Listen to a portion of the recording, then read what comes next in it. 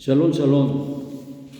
Que la paz del Eterno sea sobre todos ustedes y que les ayude en el camino que el Eterno ha establecido para cada uno, en lo particular y sobre todo Cajal Israel. Bueno, estamos meditando hoy en el Perek 11 de Geburot y Pasuk 19. Dice: ahora bien, a causa de la persecución que hubo con motivo de Esteban, los expatriados pasaron hasta Fenicia, Chipre y Antioquía, no hablando a nadie la palabra, sino solo a los judíos. Pero había entre ellos unos varones de Chipre y de Cirene, los cuales cuando entraron en Antioquía hablaron también a los judíos asimilados en la cultura griega, anunciándoles del Adón Yeshua, y la mano de Adonai estaba con ellos, y gran número creyó y se convirtió a Adonai. Aquí hay un punto muy importante cuando precisamente los perseguidos, a consecuencia de la muerte de Esteban, muchos salieron huyendo porque se empezó a dar una persecución muy importante, donde precisamente incluso Rab Shaul se encontró involucrado antes de su conversión, más bien de su rectificación. Y en estas circunstancias muchos de los que habían creído empezaron a huir y huyeron precisamente a Antioquía, porque les perseguían por causa de que le habían creído al Eterno, de que Yeshua era el Mesías. Y ese era el punto medular de todo esto, dado que el judaísmo era muy celoso y querían en una manera ceñir, sojuzgar a las ideas y a los pensamientos de que debían estar todos en un mismo sentir, y consecuentemente obligaban a aquellos que le habían creído a Adonai. Imagínense que Yeshua era el Mesías, con milagros, prodigios y todo tipo de situaciones manifestadas por parte del cielo a través de nuestro Santo Maestro.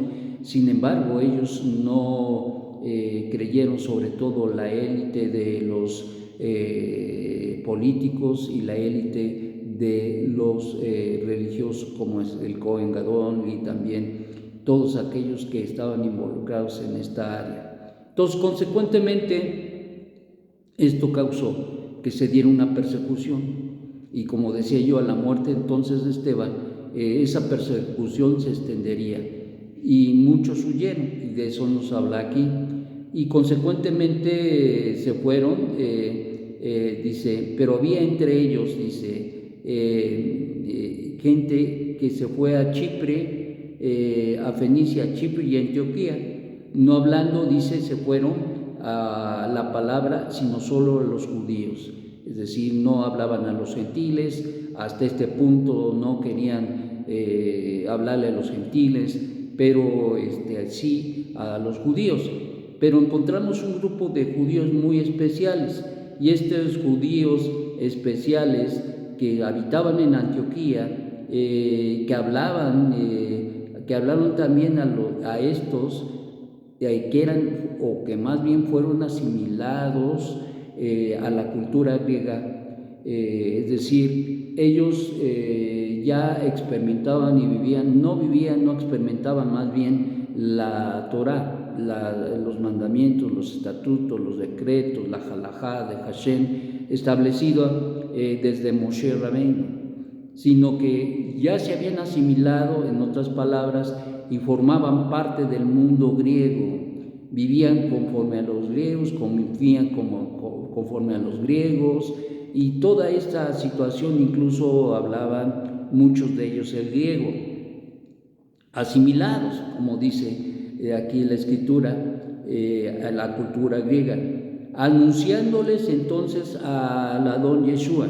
Esto quiere decir que a estos hombres que fueron asimilados allá, y los hombres que habían salido perseguidos ahora les hablaban a la gente, especialmente a los judíos, y en este caso al grupo de judíos asimilados, para que creyeran que Yeshua era el Adón. Dice, y la mano de Adonai estaba sobre ellos. Entonces estos grupos o estos judíos asimilados, como hoy en día tenemos mucho judío asimilado en el mundo, donde está involucrado de alguna manera terrible en el mundo, y donde no les importa ninguna otra cosa más que el vivir conforme al mundo, comer conforme al mundo, pensar conforme al mundo, con las filosofías, con las ideas, con los pensamientos del mundo, y muchos incluso están involucrados en la idolatría, involucrados en las religiones diversas, y que de alguna manera están ahí atados y que no han salido y que necesitan conocer y saber que el Eterno los llama ya a hacer una rectificación. Y esto ya hablamos de incluso generaciones que han estado, por ejemplo, acá en México o en Argentina o en otros lugares del mundo, y que menciono por el hecho de que están representados judíos, no solamente religiosos, pero también judíos no religiosos, seculares. Y cuando hablamos de seculares, hablamos de gente que incluso que no creen absolutamente nada de lo que dice la Biblia y viven conforme dice los Pushkim, son herejes, es decir, que no creen absolutamente nada. Y entonces esto crea un vacío importante dentro del pueblo de Israel, y es lo que hacían precisamente estos varones y el grupo que salió de Jerusalén por la persecución. Hablaba a diestra y a siniestra, hablaba, y especialmente a los judíos, y en este caso a los judíos asimilados. Y entonces es la labor, es el quehacer que los creyentes en el Eterno, obedeciendo a la voluntad del Eterno, creyeron que Yeshua era el Mesías, y consecuentemente no se lo callaron, sino la persecución solamente fue de alguna manera un medio para que todos los que habían creído en Yeshua pudieran en un determinado momento ya comentar, hablar, dado que, como hemos visto y leído en Geburot, muchísima gente creyó en Jerusalén, en Samaria, en Judea, y entonces el Eterno les manda esparcir el mensaje de que Yeshua es el Mesías y el Redentor, y que por medio de él perdona los pecados de muerte. Y entonces esto tendría que ser anunciado primeramente a los judíos y después y segundamente a los gentiles. Esto ya había ocurrido, esto ya había sucedido. En el capítulo 10 se nos narra la situación de Cornelio, pero en un sentido muy importante, dado la presión que se dio por el conocer que Yeshua es el Mesías. Ahora todos aquellos que fueron perseguidos se dan a la labor, a la tarea de poder compartir con aquellos que no lo sabían. Ahora nosotros tenemos la misma tarea. Tenemos la tarea de hablarle a los judíos asimilados, y tenemos la tarea de hablarle a los gentiles que el Eterno ha preparado su corazón, y que les ha de manifestar, de hacerles mirar para que ellos verdaderamente crean que Yeshua es el Mesías de Israel. Es nuestra responsabilidad. Y yo, como le comentaba apenas a una persona, no nos mandó a ser convertidos. Nosotros no los convertimos. No somos, no tenemos esa responsabilidad.